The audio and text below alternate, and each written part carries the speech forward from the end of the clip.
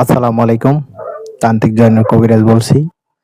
তো আজকে জুম্মা মোবারক। সবাইকে জানাই আসসালামু আলাইকুম।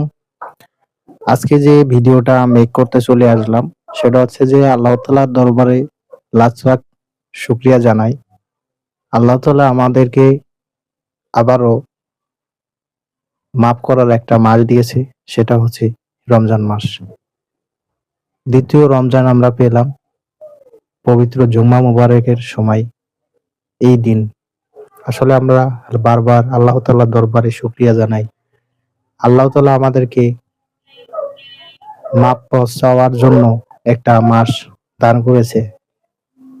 এটাই আল্লাহ তাআলার দরবারে লাখ লাখ শুকরিয়া। আমরা যে যেখান থেকে আসি না কেন, দেশের বাইরে বা বাংলাদেশে, সবাই আমরা শত্রুতা ভুলে যাই।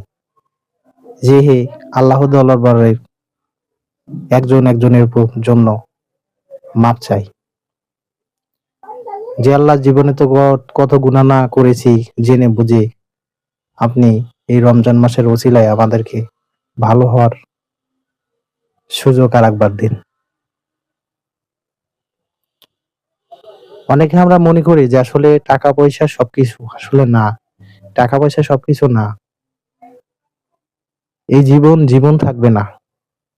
একটা সময় দেখবেন টাকা পয়সা আর্থিক অনেক কিছুই আছে আপনার, কিন্তু আপনাকে চলে যেতে হবে সেই অন্ধকার মাটির কবরে। আমার এই ভিডিওটি আসলে অনেকের কাছে অনেক রকম লাগতে পারে, কিন্তু না। আজকের এই ভিডিও থেকে কিছু কিছু শিক্ষা নিতে পারবেন।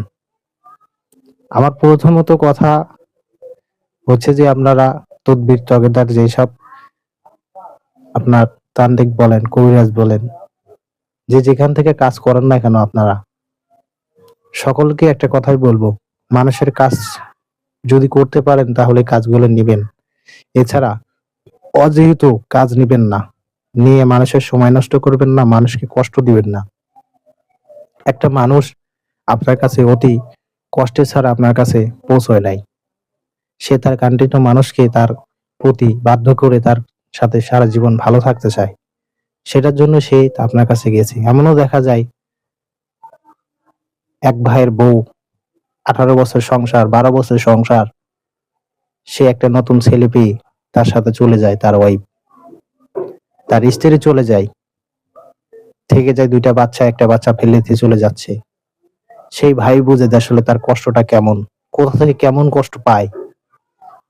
আর সে আপনার কাছে যায় একটা কাজের জন্য, যে তার স্ত্রীকে সে ফিরে পাবে। এমনও দেখা যায়